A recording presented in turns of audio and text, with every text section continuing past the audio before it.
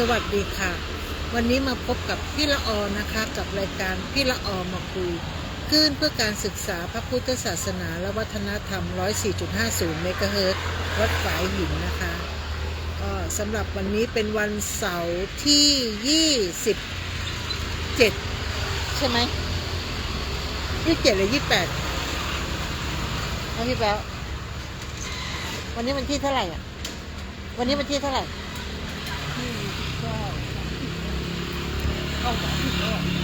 วันที่29เข้าสู่วันฮะ29 วันอาทิตย์29วันอาทิตย์ก็คือ28เช้า28อยู่ถ้าเกิดวันที่29ก็ต้องนับกันคือตอนเช้าเลยถ้าเที่ยงคืนไปแล้วมันเป็นวันที่29นะ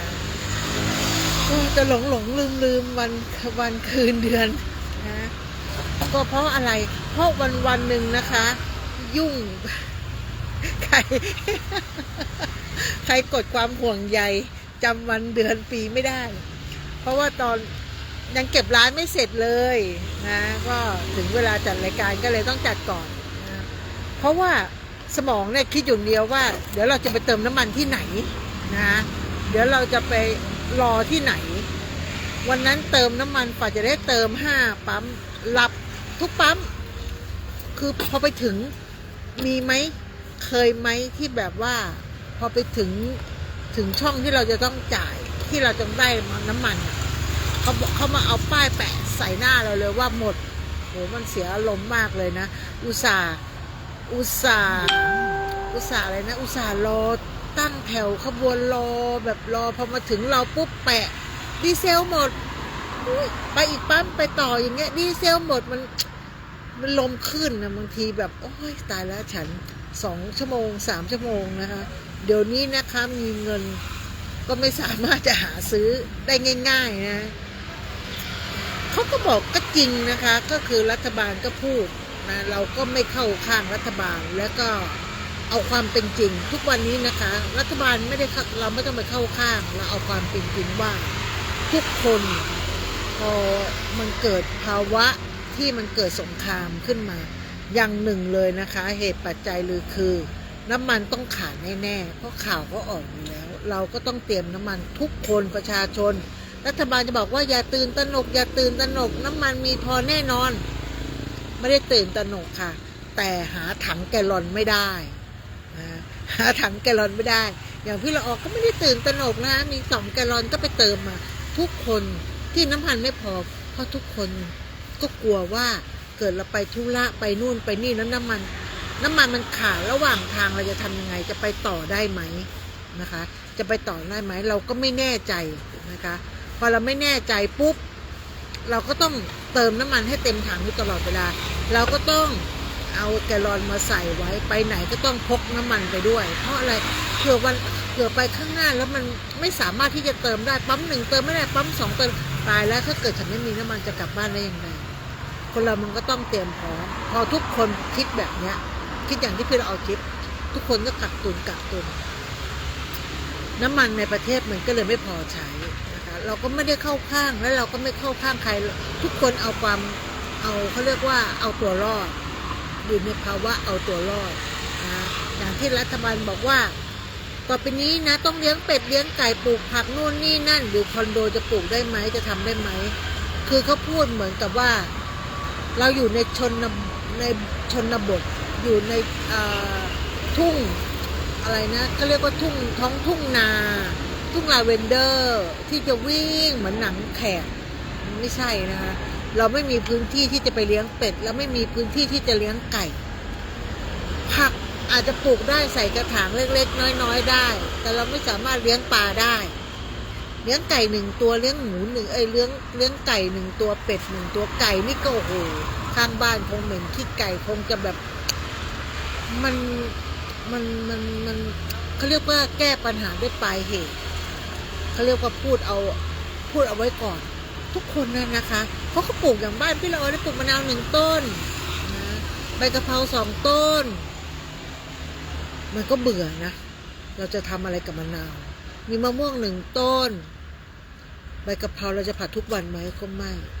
ผักคะน้าเราจะกินทุกวันไหมแต่เศรษฐกิจณเวลาเนี้ย อะไรกินได้ก็ต้องกินอะไรทำได้ก็ต้องทำประหยัดได้ก็ต้องประหยัดทุกคนมันเซฟอยู่แล้วเราทุกคนต้องประหยัดต่อไปนี้ขอให้ทุกคนเก็บเงินสดเงินสดไม่มีจะเก็บจะเอาเงินที่ไหนมาเก็บขายของทุกวันนี้ก็ลำบากประชาชนลำบากเราจะเชื่อรัฐบาลไม่ต้องมาเชื่อนะคะเงินในบัญชีก็ไม่มีเงินสดก็ไม่มีคุณต้องไปดูตามลาดหญ้าว่าเขาหาเช้ามาได้กินตอนเย็นหาเช้ากินค่ำบางคนหาค่ำกินเช้านะคะเงินแทบจะไม่มีอยู่แล้วเขาจะเอาที่ไหนมาเก็บเขาก็กินไปวันๆนึงนะเศรษฐกิจมันแย่เขาเรียกว่าเราอย่าไปพยุงคนที่รวยเขายังอะไรพระอาจารย์ไม่ได้ดูแกมากดแกมาเมื่อเช้าบอกว่าเสาร์อาทิตย์ไม่จัดและแกมาเมื่อเช้าก็เลยไม่แน่ใจว่าแกคงคิดว่าเนี่ยของวันก่อนแกคงงงไม่เป็นไรนะคะก็จัดไปตามนั้นนะคะเพราะว่าเราบอกพระอาจารย์ไปพระอาจารย์แกคงงงแล้วแหละเพราะเห็นว่าเสาร์อาทิตย์ไม่จัดและแกมาเมื่อเช้าเมื่อเช้าก็ไม่ค่อยมั่นใจไม่แน่ใจไม่เป็นไรนะคะก็เศรษฐกิจตอนนี้มันย่ำแย่นะคะย่ำแย่มากๆเราก็ได้แต่ว่าทำยังไงให้ภาวะเศรษฐกิจมันดีขึ้นมันไม่ใช่หน้าที่ของเราหน้าที่ของรัฐบาลแต่หน้าที่ของเราคือเราต้องประหยัดตัวเองนะคะดูแลตัวเองประหยัดอะไรใช้อะไรสมควรใช้ไม่สมควรใช้หนี้สินทุกคนมีหมดหนี้สินทุกคนมีหมดแต่ทำยังไงล่ะนะคะก็ต้องค่อยเป็นค่อยไปทุกอย่างมันต้องได้ใช้ทุกอย่างมันต้องดำเนินต่อไปนะคะวันนี้ได้ฟังรายการหนึ่งที่ละออจำไม่ได้ว่ามันชื่อรายการอะไรนะแต่ว่าดารารับเชิญคือกิ๊กนะคะ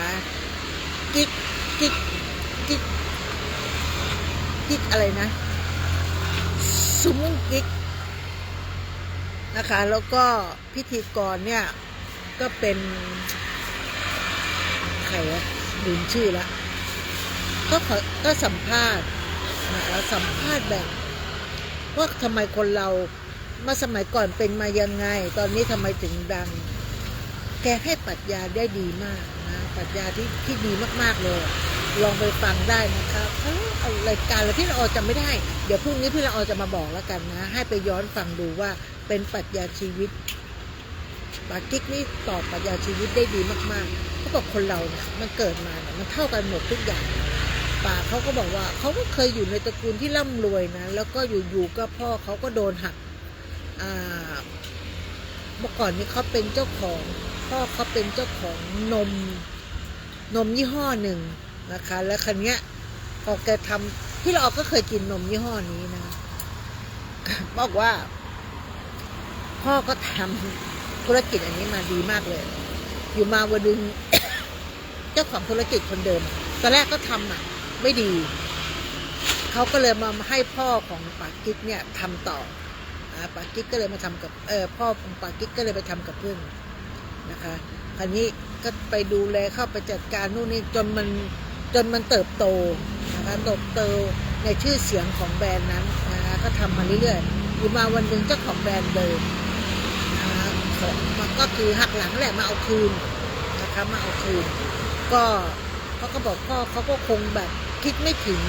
ไม่คิดว่าจะโดนแทงข้างหลังอะไรทำนองนี้ก็เลยแบบหมดออกมาแบบมีหนี้สินสมัยก่อนเนี่ยสมัยปัจจุบันเด็กๆสัก10เขาบอกว่าจะประมาณ13-14ประมาณนี้แหละแล้วก็ออกมาพร้อมหนี้สินที่ก็บอกว่าเขาก็ไม่สนใจนะก็คือจากพ่อเขาได้จะบอกว่าต่อไปนี้เราไม่สะดวกสบายเหมือนเมื่อก่อนแกก็เข้าใจแกก็ไม่ได้อะไรมากมายก็แม่แล้วก็แม่ของปากิ๊กก็บอกว่าในเมื่อพ่อล้มนะคะก็เลยมาทำอาหารควงตะหลิวทำกับข้าวทำร้านอาหารก็ส่งเสียเลี้ยงดูมาปากิ๊กก็มาเข้า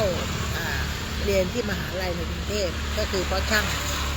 ก็ช่างหรือเปล่าไม่แน่ใจนะก็จนมาเป็นดาราจนเป็นดาราก็เลยบอกว่ามันก็มีโอกาสแหละแต่คณิกแกเป็นคนที่บอกว่ามันอยู่ที่เราทุกอย่างเลือกได้เขามีเส้นทางขีดไว้ให้ทุกคนเดินหมดคุณจะไปซ้ายหรือคุณจะไปขวาถ้าคุณไปซ้ายเสร็จมันไม่ประสบความสำเร็จแล้วคุณจะบอกว่าลูกนี้กูไปขวาสักก็ดีไม่น่าไปซ้ายถ้าเราคิดแบบนั้นเราก็เท่ากับเราดูถูกตัวเราเองก็จริงนะถ้าเราไปซ้ายแล้วเราลองไปซ้ายแล้วมันไม่ดีพอมันไม่ดีปุ๊บเราก็ต้องถอยกลับมาเดินถอยกลับมาตั้งหลักแล้วไปทางขวานะคะไอ้ที่เราไปแล้วเนี่ยเรารู้แล้วมันไม่ดีเราต้องถอยกลับมาเพราะเราเดินผิดพลาดทุกคนมีการผิดพลาดไม่ใช่ว่าทุกคนจะเดินไปแล้วมันตรงเปี้ยเปี้ยเปี้ยมันไม่ใช่นะคะเราก็คิดว่าเราทำไปแล้วตรงนั้นเราได้ทำแล้วก็เดินกลับมาทางขวาอย่าไปคิดอะไรเยอะแยะอย่าไปโทษตัวเองอย่าไปโทษชะตาอย่าไปโทษคนนู้นคนนี้เพราะว่าเราทำในจุดที่เราไม่เคยทำและทำแล้วผิดพลาดเราก็ต้องว่าเราไปซ้ายมันไม่ดีเราก็ต้องเดินกลับมาไปทางขวาพอเราไปทางขวาแล้วมันดีเราเดินต่อไปไม่ต้องไปฟูมไฟโทษเพื่อนฝูงโทษชะตา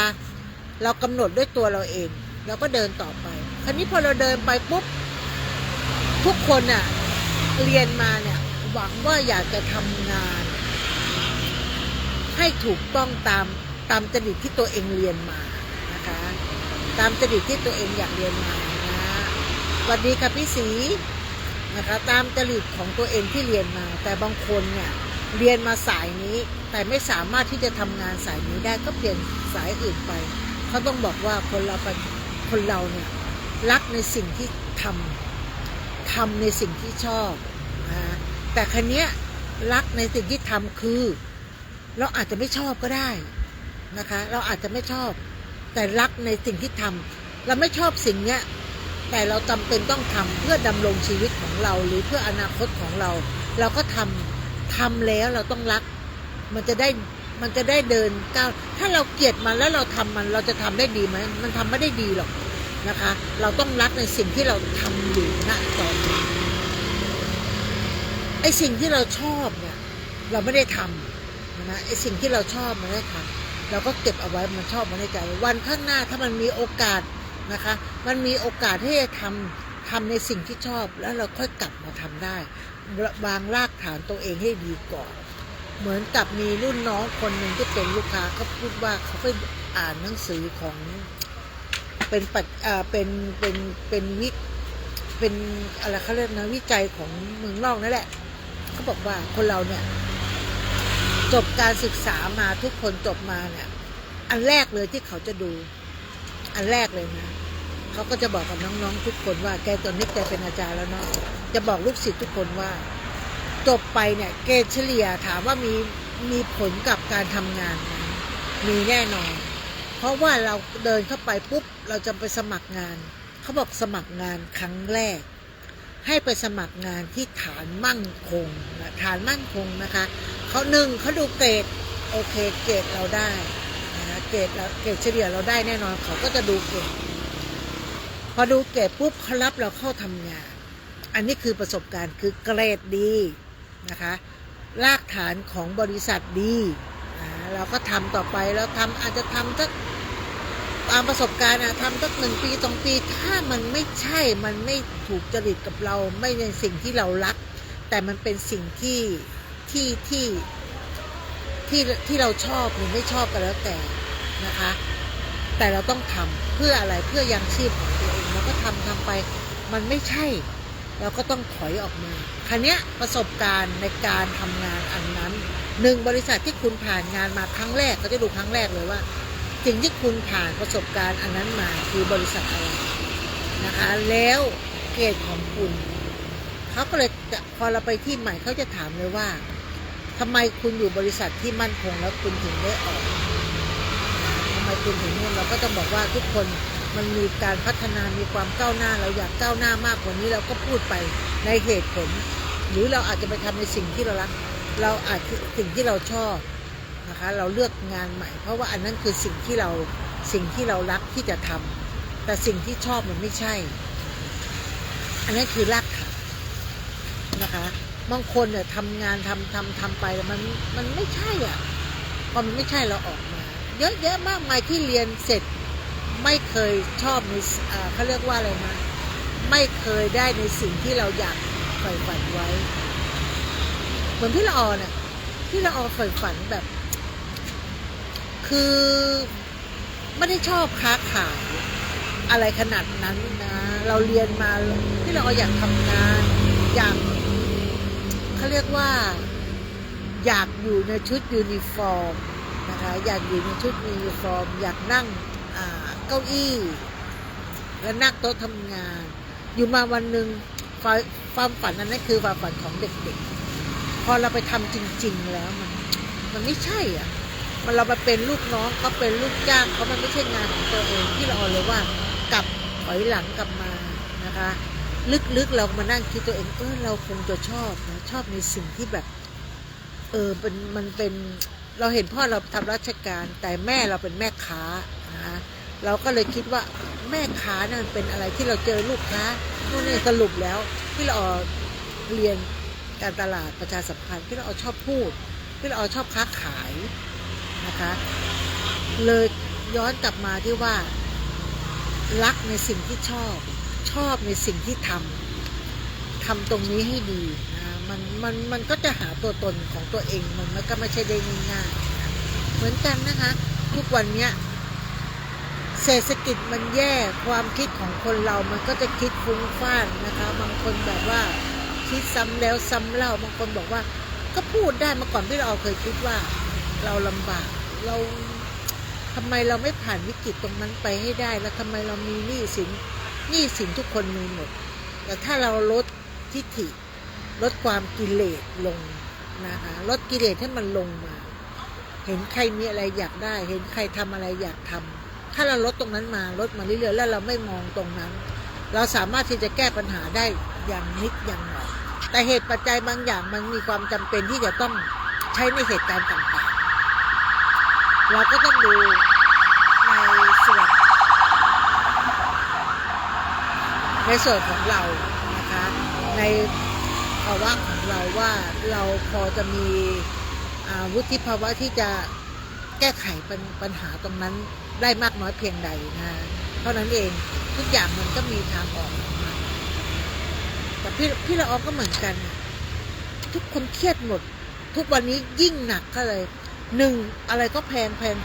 ขาบอกว่าเนี่ยเดี๋ยวต้องไปเติมน้ำมันก็หาเติมยากของก็แพงอะไรก็แพงเขาก็ขึ้นอันนั้นก็ขึ้นอันนี้ก็ขึ้นทุกคนก็จะมานั่งเครียด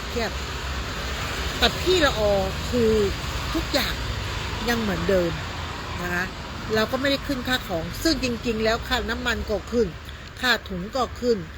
ทุกอย่างขึ้นหมดพี่ละออยังขายของเหมือนเดิมจนลูกค้าถามว่าพี่ขึ้นราคาไหมก็บอกว่าก็ไม่อยากไปซ้ำเติมเราเป็นแม่ค้าเหมือนกันถ้าเราไปเป็นลูกค้าของที่อื่นเขาขึ้นราคาอีกแล้วเขาขึ้นราคาอีกแล้วเราอยากซื้อไหมเราก็ไม่อยากซื้อโอ้ยเงินเราก็น้อยเนาะเหตุปัจจัยค่าทุกอย่างขึ้นหมดยกเว้นค่าแรงมันไม่ขึ้นค่าครองชีพขึ้นเดี๋ยวใครดูนะค่าแก๊สขึ้นแล้วเดี๋ยวค่าไฟก็ขึ้นเดี๋ยวค่าน้ำก็ขึ้นทุกอย่างมันขึ้นหมดทุกคนเครียดอะไรที่เราแบกรับได้เราก็แบกรับไปนะคะก็เหมือนกันน้ำมันทุกวันนี้ที่เขาบอกว่า40-30รัฐบาลก็แบกรับภาระแล้วทุกวันนี้เราปกติมันต้องประมาณ60แล้วนะแต่รัฐบาลช่วยเรา19 บาททุกลิตรนะ19 บาทเอาอย่างเป็นกลางเลยนะรัฐบาลยังแบกรับภาระเราอยู่ถ้ารัฐบาลปล่อยฟรีทุกอย่างน้ำมันเราจะต้องลิตรละ60แต่ตอนนี้รัฐบาลก็คือมีเงินกองทุนของน้ำมันก็คือ19 บาทต่อลิตรที่เขายังช่วยเราอยู่นะวันใดถ้ารัฐบาลไม่ไหวรัฐบาลไม่จำเป็นต้องเป็นรัฐบาลของยุคนี้ของคนนี้พรรคของหนูใครมาก็แล้วแต่ทุกพรรคทุกคนที่เป็นรัฐบาลเพราะมันเป็นคลังของประเทศนะคะมันจะต้องแบกรับเพราะมันมีเงินกองกลางของประเทศเงินกองกลางของคลังของน้ำมันที่จะต้องแบกรับภาระทีนี้คนที่จะมาจัดการได้ก็คือผู้นำก็คือรัฐบาล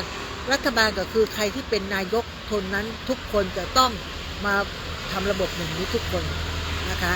แล้วแต่ว่าใครมาเป็นนายกคนนั้นก็ซวยไปนะคะจังหวะแล้วแต่จังหวะทุกคนเนี่ยไม่ว่าจะพักไหนมาก็แล้วแต่มันก็ต้องเจอเหตุการณ์แบบนี้ในช่วงวิกฤตแบบนี้นะเราต้องเอาความเป็นการอย่ามัวมานั่งตีโพตีพายว่าเลือกมาแล้วเป็นแบบนี้ที่เราก็ไม่ได้เลือกอย่ามาตีโพตีพายว่าเอาคนนี้มาแล้วบริหารไม่ดีเอาคนนี้มาจัดการไม่ดีเพราะก่อนที่เราจะเลือกมามันไม่ได้เกิดสงครามมันไม่ได้เกิดภาวะแบบนี้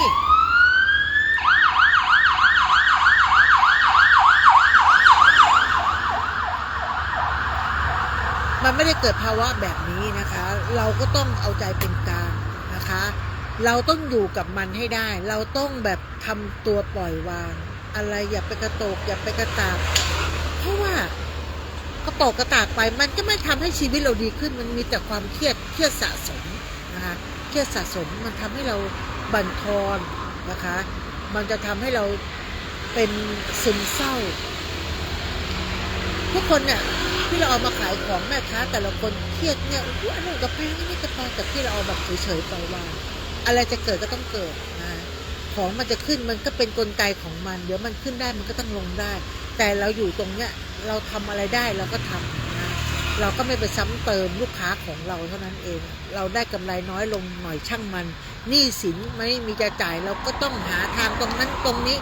ค่อยๆแก้ไขกันไปทีละประเด็นทีละประเด็นนะคะพี่ละออไม่ได้มาพูดว่าโอ้พี่ละออมีสตางค์นี่ไม่มีนะคะไม่มีนะคะพี่ละออไม่มีนะคะแต่เราสามารถที่ว่าเอาวันนี้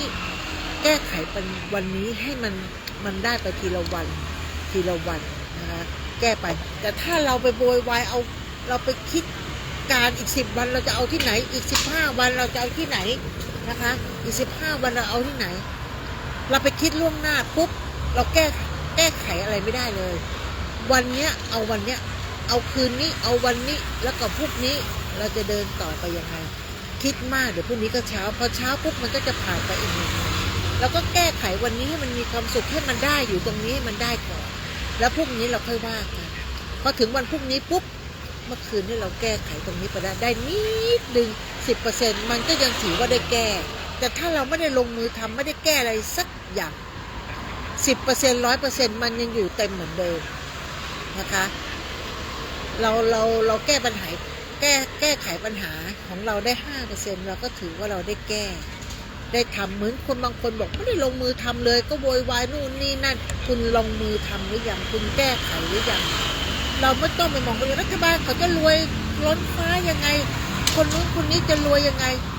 รัฐบาลไหนก็ช่างจะบอกว่าเรารวยอย่าไปเชื่อเราต้องเชื่อมั่นตัวเองว่า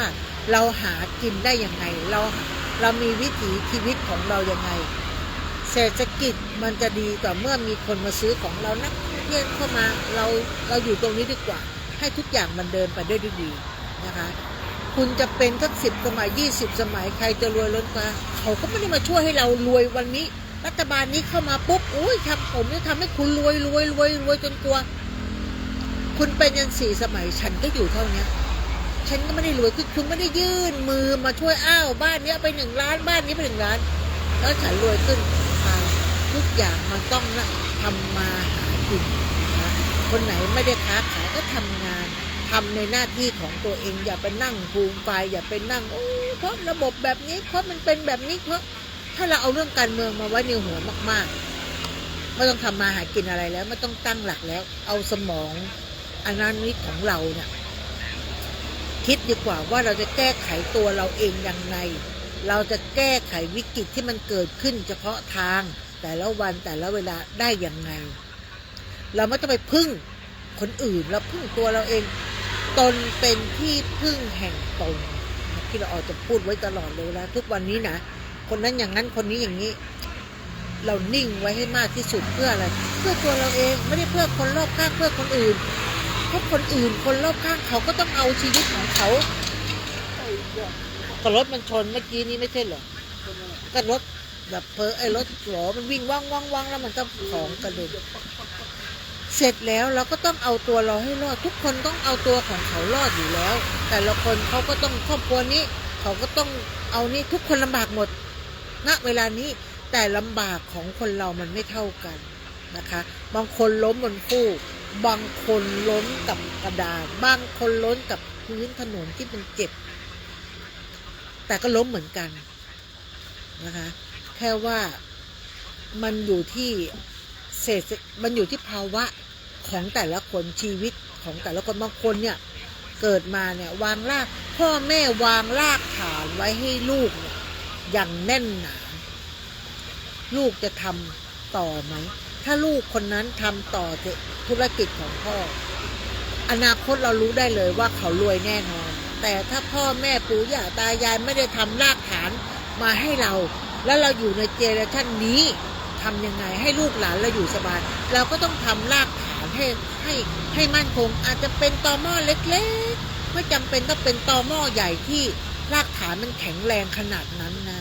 เรามีตอหม้อเล็กๆเราก็ทำรากฐานให้มันเล็กแต่มั่นคงและแข็งแรงนะคะพอเรามีลูกเรามีครอบครัวเรามีลูกหลานเหลนอะไรก็แล้วแต่เขาก็จะมาขยายตอหม้ออันนั้นมาทำให้แข็งแรงเราปลูกบ้านไว้หลังหนึ่งเนี่ยปลูกให้อยู่ในครอบครัวเราทำสมัยที่เราอยู่นะมันแข็งแรงมันมั่นคงแต่การเวลามันผ่านไปเราเริ่มแก่ตัวลงอ่อนล้าแรงเราหามาไม่ค่อยได้แล้วเงินทองเราหามาไม่ได้แต่ลูกหลานเราอะที่เรา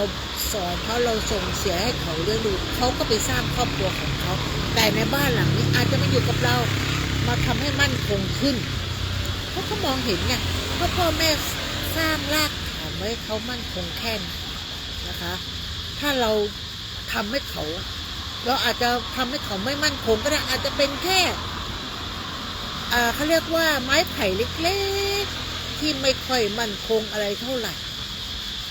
แต่เราก็สามารถที่จะส่งเขาให้ไปทำมั่นคงได้โดยการที่เราบ่มบอกส่งเขาเรียกว่าส่งให้เขาให้ถึงฝั่งให้เขาไปเลี้ยงดูตัวเขาเองให้เขารอดโดยที่เราทำได้ตามเนี้ยนะคะไม่ต้องมากมายอะไรมันขึ้นอยู่กับที่เราวางรากฐานการพูดนะคะทุกอย่างมันอยู่ที่การกระทำของเราเราจะดีจะชั่วจะเลวจะมีกินไม่มีกินมันบางคนก็อาจจะเดินทางผิดถ้าคุณกลับถอยหลังมาและคิดได้นะมันก็สามารถที่จะแก้ไขปัญหาต่างๆได้ที่พี่ละออพูดที่ละออเคยทำมาหมดแล้วเคยเดินผิดพลาดในธุรกิจเคยแบบทำยังไงวะไปกู้นอกระบบมาก็เคยหมดทุกอย่างแล้วแต่ก็ไม่เคยโดนหนี้นอกระบบมาแบบว่ามาทวงถึงขั้นต้องหลบหนีไม่ถึงขนาดนั้นไม่เคยอย่างนั้นนะก็ส่วนมากจะเป็นในระบบส่วนมากจะเป็นอะไรที่เราทำยังไงจะหาได้ที่เราจะเลี่ยงการที่ไปกู้นอกระบบมากๆจะเป็นในระบบแต่เราก็ผ่านมาเราวางเครดิตให้มันดีส่วนมากจะเป็นการค้าขายที่เราจะทำยังไงไปหาเงินค้าขายตรงนี้ไปจ่ายตรงนี้นะหาตรงนี้ไปจ่ายตรงนี้แค่นั้นเองที่เราจะเป็นแบบนั้นมากกว่าบางครั้งเราบอกว่าคนอื่นมาพูดมาบอกเราใช่สิก็คุณรวยก็คุณผ่านตรงนั้นมาแล้วที่เราเคยคิดแบบนั้นเมื่อไหร่จะเป็นของฉันเรามาแก้ไขปัญหาของฉันดูสิมันต้องกลับมาอยู่กับตัวเองไอ้หัวใจเราจิตใจเราที่มันฟุ้งออกไปเนี่ยนะมันกระเจิงไปหมดเลยเหมือนเรานั่งสมาธิคนไม่เคยนั่งสมาธิพอนั่งปุ๊บจากที่ไม่ได้คิดเลยพอเรานั่งอยู่กับตัวเองนิ่งๆอยู่กับตัวเองนิ่งๆจิตที่มันฟุ้งเนี่ยทุกอย่างมันจะโผล่เข้ามาหมดเลยนะเรื่องนั้นเรื่องนี้ทุกอย่างที่เรามันกระจายออกไปอ่ะแต่พอเรานั่งนิ่งๆทุกอย่างปัญหาทุกอย่างมันเข้ามาในจิตที่เรานั่งสมาธิเรื่องนั้นเรื่องนี้เรื่องสปะอย่างมันจะเข้ามาแล้วพุ่งมาครั้งนี้เราอยู่ตรงกลางจิตเราอยู่ตรงกลางอยู่กับลมหายใจอยู่กับตัวเราเองจิตกระดึงกลับมาที่มันโลกเล่นไปไปตรงนั้นตรงนี้ไปวุ่นวายไปหมดเลยเราดึงจิตกลับมาแล้วมาอยู่กับตัวเราเองแล้วเรามานั่งคิดว่าทำอย่างไรจะแก้ไขปัญหาที่มันอยู่ตรงหน้าเราที่จิตเราดึงกลับเรายังไม่นิ่งโอ้ยพอนั่งหลับตาไปปุ๊บโอ้ยฉันจะหาค่าบ้านที่ไหนโอ้ยฉันจะหาค่ารถที่ไหนโอ้ยยืมคนนั้นมาโอ้ยยืมคนนี้มาทุกอย่างประเด็นเข้ามาปุ๊บเราก็นั่งไปภาวนาไปเรื่อยๆค่อยๆแก้ปัญหาอะไรมันหนักมากที่สุดเราไม่สามารถจะไปแก้ไขตรงนั้นได้ เราก็นั่งคิดไปเรื่อยๆปล่อยจิตให้เราอยู่นิ่งๆเดี๋ยวมันจะแก้ไขปัญหาน้อยๆเอาแก้ไปก่อนอันนี้แก้ได้แล้วเตะมันทิ้งไปปัญหาที่สองเข้ามานะแก้ได้แล้วเตะมันทิ้งไปแบบเนี้ยแก้ไปเรื่อยๆเรื่อยๆนั่งไปเรื่อยๆเรื่อยๆอย่าให้จิตมันฟุ้งพอมันฟุ้งแล้วมันไปใหญ่เลยนะคะมันไปเที่ยวตรงนั้นตรงนี้มันนั่งไปปุ๊บไปนั่นไปนี่ดึงมันกลับมาทุกอย่างเหมือนกันเหมือนกับสติเราดึงสติกลับมาอยู่กับตัวเองบางทีเราคิดฟุ้งกว่าคิดน้อยใจคิดไม่คิดเยอะที่เขาฆ่าตัวตายกระโดดนู่นนี่นั่นนะเพราะอะไรจิตเขาฟุ้งไปแล้วทำไมฉันทำไม่ได้ทำไมนู่นนี่นะเขาไม่มีสติถ้าคุณมีสติดึงสติกลับมาทุกอย่างทุกวันนี้คนเราอยู่ได้ด้วยสติเพราะอะไรถ้าเรามีสติเราสามารถคิด1 2 3 4 5ได้ดึงสติตรงนั้นกลับมาให้ได้แล้วค่อยๆแก้ปัญหาตรงนั้นไปมันจะสามารถช่วยเราได้ทุกอย่างเรื่องเล็กเรื่องใหญ่เรื่องน้อยเรื่องอะไรแล้วแต่ทุกอย่างมันอยู่ด้วยสติเหมือนกันเราขับรถไปข้างหน้ามันปาดหน้าปั๊บไม่ได้ฉันต้องปาดคืนปั๊บปาดกันไปปาดกันมาโดยที่คนขับไม่มีสติเป็นไงเขาชักปืนมายิงตุ้มตายไอ้คนที่ยิงเราก็ขาดสติไอ้เราที่ไปปาดหน้าเขาด่าพ่อล่อแม่เขาเราก็ขาดสติเมื่อเราขับรถไปแล้วมันปาดหน้ามาปุ๊บเขารีบปล่อยเขาไปคุณอยากไปก่อนเลยปาดหน้ามาไปเลยเราก็ไม่ต้องมาปาดเขาเราปล่อยเขาอยากไปเขาปล่อยเขาไปเลยนะคะไม่ต้องมาวุ่นวายกับเขาสมัยเนี้ยเด็กสมัยนี้คนสมัยเนี้ยเขาอะไรนะเขาไม่ได้กินน้ำนมพ่อแม่เขากินนมงัวนมควายเลยจิตใจเขาก็เลยเป็นอะไรที่แบบไม่ใช่คนอะคนสมัยโบราณเขากินข้าวจากเขากินนมจากน้ำนมแม่เขากินถ้าคนจนหน่อยน้ำนมแม่พอน้ำนมแม่ไม่ออกเขากินน้ำข้าวใครเคยกินน้ำข้าวมั้งสมัยเนี้ยเด็กสมัยนี้ไม่เคยรู้จักน้ำข้าวเลยเพราะหุงข้าวด้วยหม้อไฟฟ้าสมัยรุ่นพี่ละออนเนี่ยหุงข้าวด้วยหม้อดงน้ำรู้จักไหมเสด็จน้ำคือตั้งหม้อมาแล้วก็หุงข้าวเอาน้ำใส่เยอะๆพอมันเดือดพอข้าวมันสวยแล้วก็รินน้ำออกนั่นคือน้ำข้าวเนี่ยมันจะเป็นน้ำข้าวที่ข้นคลักบางที่ก็ถ้าเกิดเราใส่น้ำเยอะมันก็จะใสหน่อยนึงนะแม่เนี่ยทุกคนเขาก็จะเอาอันนั้นมาให้เรากินแทนน้ำนมเพราะมันคุณประโยชน์มันเยอะมากกับน้ำข้าวเนี่ยบางคนเขาก็เอาไปชงกับนมถ้าไม่มีนมเอาน้ำตาลทรายใส่ให้มันออกหวานเด็กจะได้กินได้บางคนก็อาจจะเป็นเกลือโรยลงไปนิดหน่อยมันก็จะมีความเค็มๆหน่อยๆแต่วิตามินมันสูงเยอะมากนึกแล้วเดี๋ยวนี้เราไม่เคยได้กินเลยนะน้ำข้าวนะก็อยากกินนะหากินยากมากเลยสมัยเนี้ยดงแห้งหมดหุงไฟฟ้ากันหมดน้ำข้าวมีประโยชน์มากๆนะคะสมัยก่อนก็เหมือนกันนะคะทุกอย่างมันทำให้คนสมัยนี้มันไปกินนมสัตว์ไงพ่อแม่วัยรุ่นสมัยใหม่โอ้ไม่ได้หรอกถ้ากินนมจากเต้าเหนือนมมันจะยานมมันจะเหี่ยวนะคะไม่ยอมให้ลูกกินนมไปกินนมนั่นเลยกินนมงัวนมควายแล้วแหละนะคะให้ลูกกินแบบนั้นเด็กมันก็เลยมีจิตใจอะไรไม่ได้ผูกพันกับพ่อแม่เพราะไม่ได้กินเขาเรียกว่าอะไรน้ำนมแม่เนี่ยมันเป็นเขาเรียกว่าเป็นเขาเรียกสายเลือดน้ำเลือดแต่เป็นเลือดขาวมันกันออกมาจากสายเลือดกันมาจากตัวของแม่กันมาจากทรวงอกของแม่กันมาจากระบบอะไรก็ไม่รู้แหละนะคะกันมาเป็นน้ำนมให้ลูกดื่มกินนี่แหละคือออกจากเต้าความรักความผูกพันนะคะมันได้มาจากแม่เพราะเขาดูดนมแม่ใช่ไหมได้กินน้ำนมไปกินนมงัวนมควายนมงัวนมควายเนี่ยมันก็ได้ความคิดที่แบบงัวกับควายนะอันนี้เราไม่ได้ว่าใครนะเราไม่ได้ว่าใครนะ เราพูดถึงหลักความเป็นจริงว่าเด็กสมัยนี้ไม่ค่อยรักพ่อรักแม่บางคนอาจจะรักคนไม่รักก็รักก็โอเคนะคะความคิดเขาจะเปลี่ยนไปเขาไม่ค่อยฟังผู้หลักผู้ใหญ่นะคะก็เห็นคนหัวงอกหัวดำเดี๋ยวมันไปมีเรื่องกับเขาไม่ได้เขาไม่ได้เห็นนะเขาก็ด่าให้เขาเห็นว่าเป็นคนแก่เนี่ยมันเตะเอาเลยนะเพราะว่าอะไรมองดูแล้วไอ้นี่สู้กูไม่ได้แน่ๆอย่ามาหยืออย่ามายุกยักขับรถไปปาดไปมาเห็นแก่หน่อยกางใส่แต่ถ้าเราแบบยังหนุ่มยังแน่นตัวใหญ่บึกบึนขึ้นมากางมาเปิดกระจกมามันก็ไม่กล้าแล้วมันก็ไปนั่นแหละคือบางทีมองด้วยเห็นวุฒิภาวะเขาไม่มีไงเห็นบางคนนี่นะรู้เลยนะเด็กไม่มีสัมมาคารวะการเลี้ยงดูของบ้านนั้นแต่ละบ้านเป็นยังไงอยู่ที่เด็กที่มีสัมมาคารวะเนี่ยมันที่เราขายของแล้วเด็กบางคนโตเป็นหนุ่มแล้วนะหนุ่มใหญ่เลยนะมาซื้อของจากเรายกมือไหว้นะยกมือไหว้สวัสดีค่ะสวัสดีครับยกมือไหว้กราบขอบคุณแบบขนาดนี้เขาโตเป็นผู้ใหญ่แล้วมากเขายังยกมือไหว้กราบขอบคุณเราก็ถือว่าดีนะเขาเรียกว่าอย่างเงี้ยมีลูกมีหลานเขาก็สอนลูกสอนหลานเขาดีเขามีมารยาทเห็นเราเป็นคนโตเขาเอาดูแล้วว่าเราโตกว่าเขาก็ยกมือไหว้ด้วยความอ่อนน้อมอ่อนตนนะเหมือนกันเด็กสมัยนี้บางคนเนี่ยยกมือไหว้บางคนนี่เดิน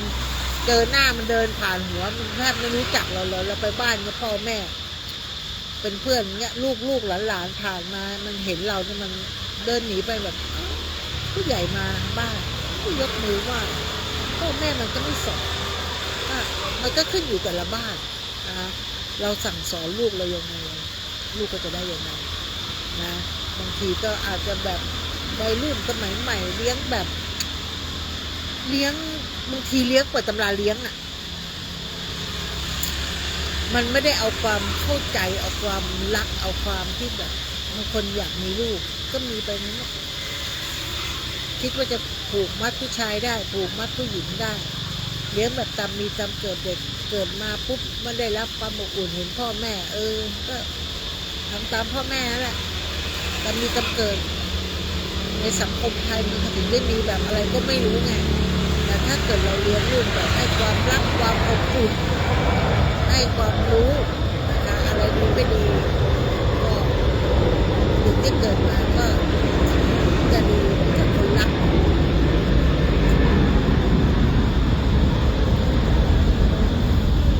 แต่รายการแบบเครื่องบินผ่านอยู่ข้างถนนก็หลายๆอย่างพรุ่งนี้ก็ไม่แน่อาจจะจัดที่บ้านอาจจะจัดที่นี่หรืออาจจะจัดตรงนี้เดี๋ยวดูก่อนวันเนี้ยพระอาจารย์ไม่ได้ดึงเข้าแต่ว่าพี่ละออก็เลยไลฟ์ทำ Facebook ก็ทำตามที่เราเคยนั่นเอาไว้เท่านั้นเองอันนี้ก็คือเดี๋ยวอาจจะคือพูดมากบ่นมากนะ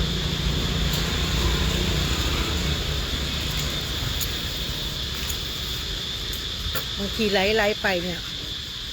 เหมือนพูดคนเดียวกันนะ1 ชั่วโมงเนี่ยพูดคนเดียวมีแต่คนดูแต่ไม่มาเข้ามาคุยด้วยเห็นแวบๆเห็นอยู่ว่าเข้ามาดูนะไม่เป็นไรดูย้อนหลังได้บางทีมันดึกแล้วเนาะก็มาฟังย้อนหลังอาจจะไม่ต้องฟังก็ได้เพราะรายการที่เราเอามานะคะที่เรามาคุยไปเรื่อย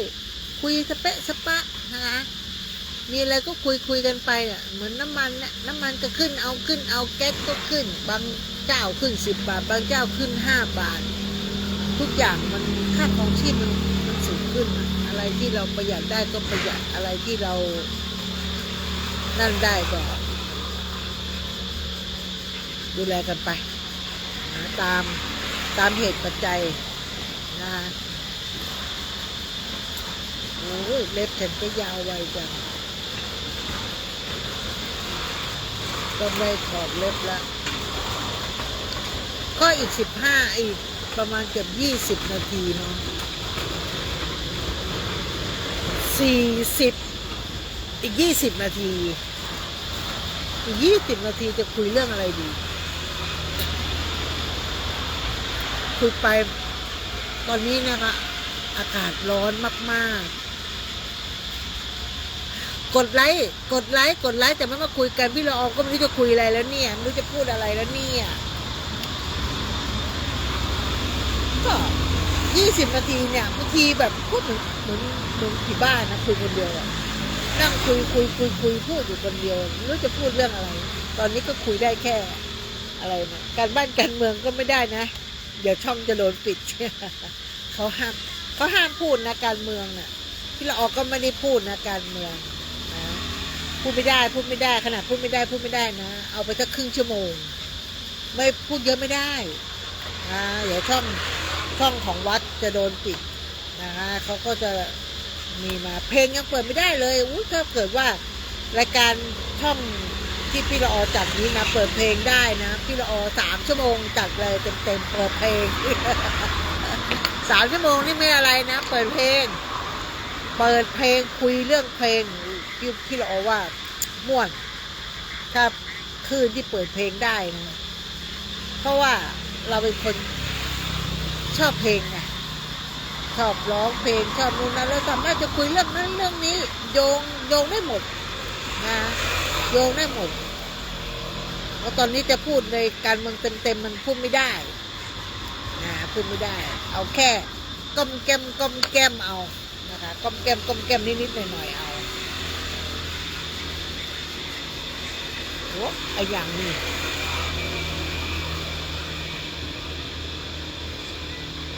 อันนี้เราไม่ได้ไลฟ์วันนี้พระอาจารย์ไม่ได้ดึงนะเราก็สามารถที่จะเงียบได้เดสแอร์ได้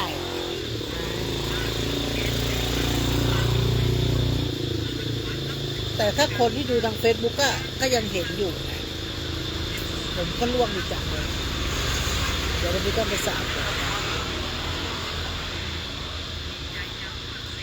ก้าวผมมากก็หัวล้านหมดแต่ไม่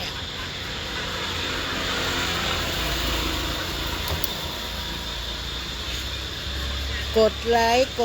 ค์โอ้ไผ่นี่กดไลค์กดแชร์ไม่ต้องมาฟังพี่หรอกคุยไปเรื่อยเฉยแฉะรอน้ำมันเนี่ยนะไม่รู้ว่าวันนี้จะได้กลับบ้านหรือเปล่าน้ำมันมีหรือเปล่ายังไม่รู้เดี๋ยวอาทิตย์หน้าเนี่ยพี่ละออจะต้องไปไหนนะไปกำแพงเหรอพี่โลกจำไม่ได้สักทีว่าอาทิตย์หน้าจะไปพี่โลกจะมีน้ำมันไปหรือเปล่ายังไม่รู้เลยหน้าร้อนนี่ก็ดีอย่างนะกินเอาเนี่ยดูแก้มเลยบลักตักแล้วเนี่ยอ้วนมากเลยอะ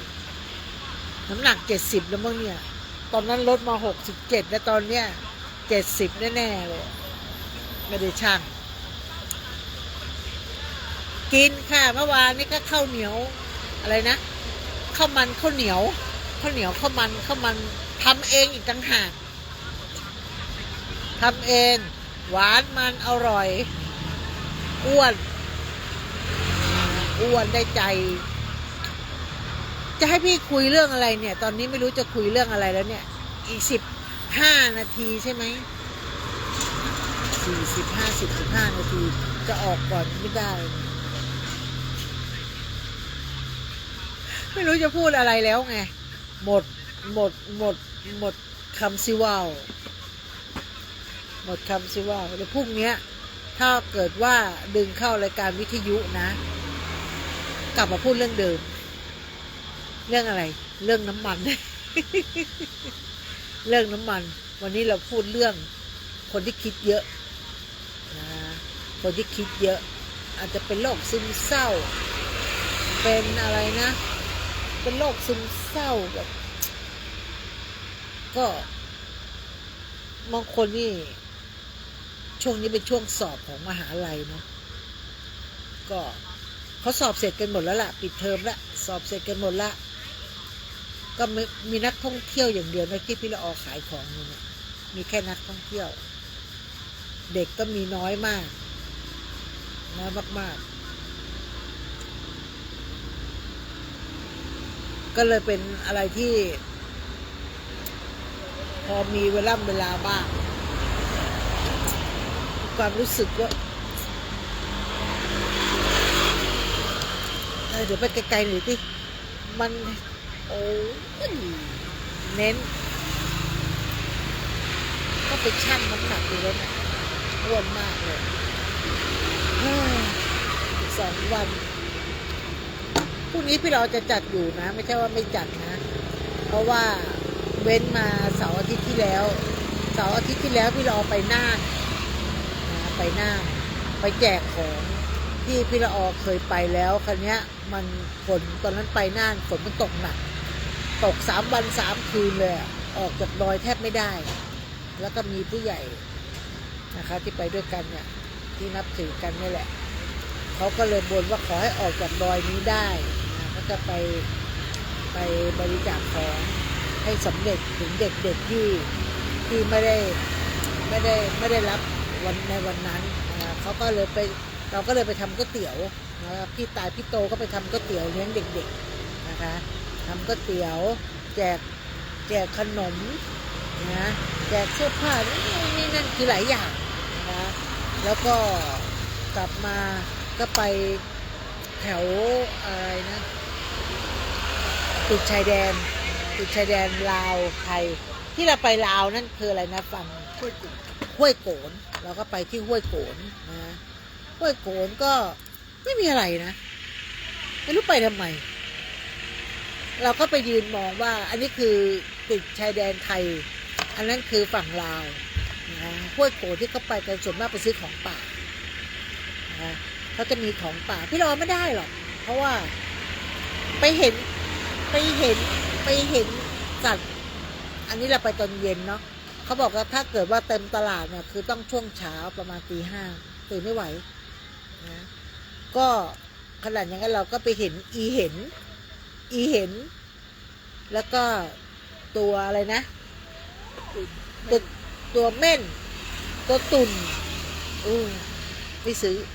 เขาก็ซื้อกันมามีเก้งกวางอะไรพวกเนี้ยโลหลายตังค์เหมือนกันนะคนที่ชอบเขาก็ซื้อนั่นแหละเราก็ไปกับเขาเราไปเราก็ไม่ได้อะไรหรอกเพราะว่าไม่ชอบไม่กล้าแล้วก็เห็นมันนอนแอ่งแมงอยู่ก็ไม่เอาละไม่กล้าซื้อไม่กล้าเอามาทำกินกลัวแต่ก็ไปดูในช่วงที่น้ำมันมันแพงหาซื้อยากนี่คืออีกประปิดทิปของกอสวนะคะเพราะว่าวันที่24 เมษายนพี่ละออก็จะไปรับเก็บจากพระองค์ท่านของเจ้าฟ้าหญิงจุฬาภรณ์วันที่24อันนี้วันที่2 เมษายนก็ต้องไปปิดทิปก่อนไปปิดทิปของกอสวที่กำแพงแล้วก็กลับมารับที่ลำพูนนะ24ไปรับที่ลำพูนแต่ตรงไหนยังไม่รู้เลยนะคะรับเข็มที่2ปุ๊บรอไปอีกนะและอีกปี2 ปี3 ปีเนี่ยจะได้รับโล่นะเพราะว่าคือเป็นอะไรต้องช่วยเหลือสังคมไปจนกว่าจะได้รับโล่แล้วก็ถ้าเกิดเรายังไหวเราก็จะทำอยู่ไปอยู่ช่วยอยู่นะตอนนี้ก็เป็นเข็มที่2นะคะที่จะต้องได้รับละที่พี่ละออไปตรงนั้นตรงนี้นั่นแหละก็คือมันก็ถือว่าเป็นสะพานบุญถือว่าเราช่วยเหลือประเทศชาติช่วยเหลือพระองค์ท่านนะคะเพราะว่าสืบทอดมาจากสมเด็จย่าแล้วก็มาเป็นพระพี่นางเธอแล้วก็เป็นฟ้าหญิงอุบลรัตน์ฟ้าหญิงจุฬาภรณ์วลัยลักษณ์นะคะองค์เล็ก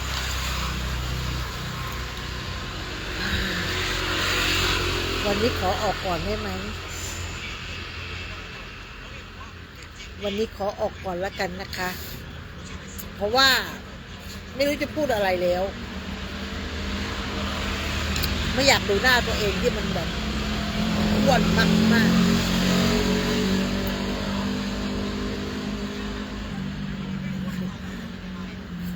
เบื่อหน้าตัวเองแล้วไม่รู้จะคุยอะไร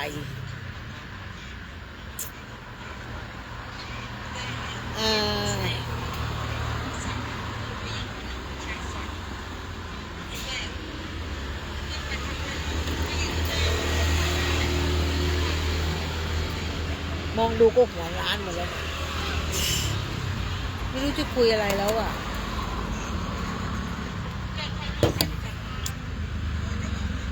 จะไปคุยไปหน้าจมหยองเดี๋ยวพอดูนะ ไปดูใน Facebook ย้อนหลังมา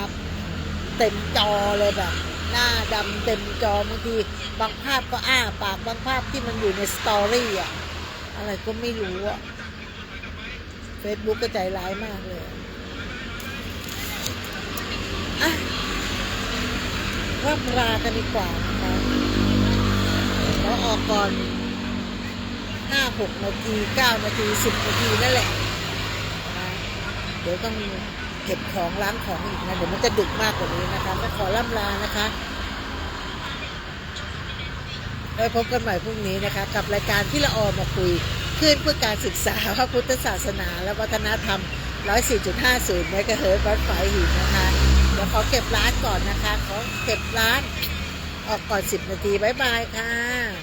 ขอบคุณนะคะที่กดไลค์พี่ศรีขอบคุณมากสวัสดีค่ะเจอกันใหม่พรุ่งนี้ค่ะ